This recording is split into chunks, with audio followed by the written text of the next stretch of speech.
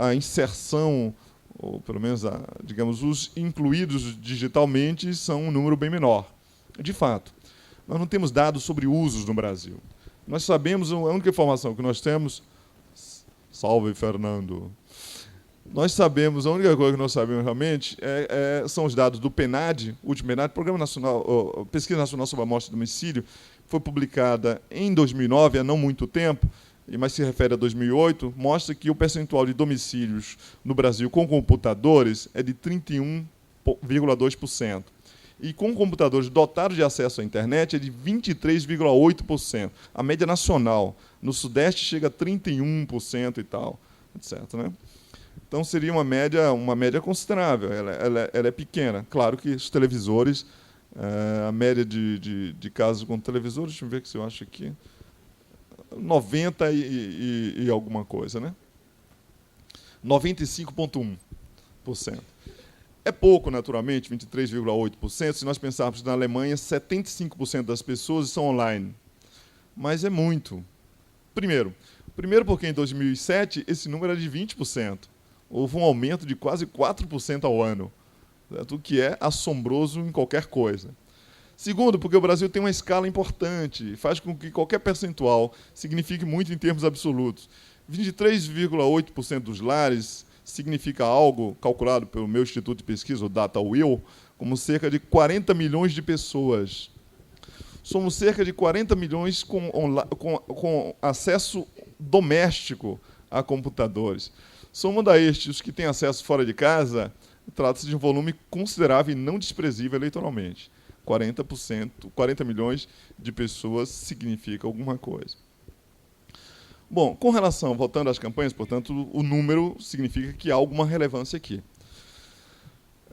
As campanhas online, elas tiveram várias fases, porque campanhas dependem muito, digamos assim, campanhas online ou as competições eleitorais online, dependem muito do estágio tecnológico, naturalmente, depende dos modos de uso, porque uma coisa é existir a tecnologia, a questão é o que as pessoas fazem com a tecnologia, naturalmente, né? E elas podem fazer coisas muito diferentes do que nós esperamos que elas façam. Então, depende disso, depende do estágio tecnológico, depende disso, depende da compreensão do sistema político, que é sempre a questão básica, né? As pessoas podem fazer coisas maravilhosas na esfera civil, etc., mas o sistema político muito fechado, por exemplo, ou com um formato muito tradicional de aceitação dos inputs provenientes da esfera civil, bloqueará qualquer sinal proveniente de fontes alternativas, por exemplo, né? E torna as coisas muito difíceis. Então, depende da compreensão que o sistema político tem da importância do online, ou da participação, ou dos inputs recolhidos da situação, da população, depende do estágio da tecnologia e depende do uso dessa tecnologia. Então, eu bolei um pouco uma tipologia sobre campanhas online, um pouco para fazer a datação, né? Eu acho que tem uma quarta variável, que é o conjunto das pessoas que estão online, né? Quer dizer, uma coisa é considerar o uso do online quando, por exemplo, em 94, nos Estados Unidos, tinha 3 milhões e meio de adultos que tinham acesso à internet, né? Quando você chega a um ponto em que 73% da população na rede tem acesso, aí as coisas mudam de figura. Portanto, o investimento também nessas coisas vai depender disso. Então, acho que é uma fase que eu chamo de proto-web.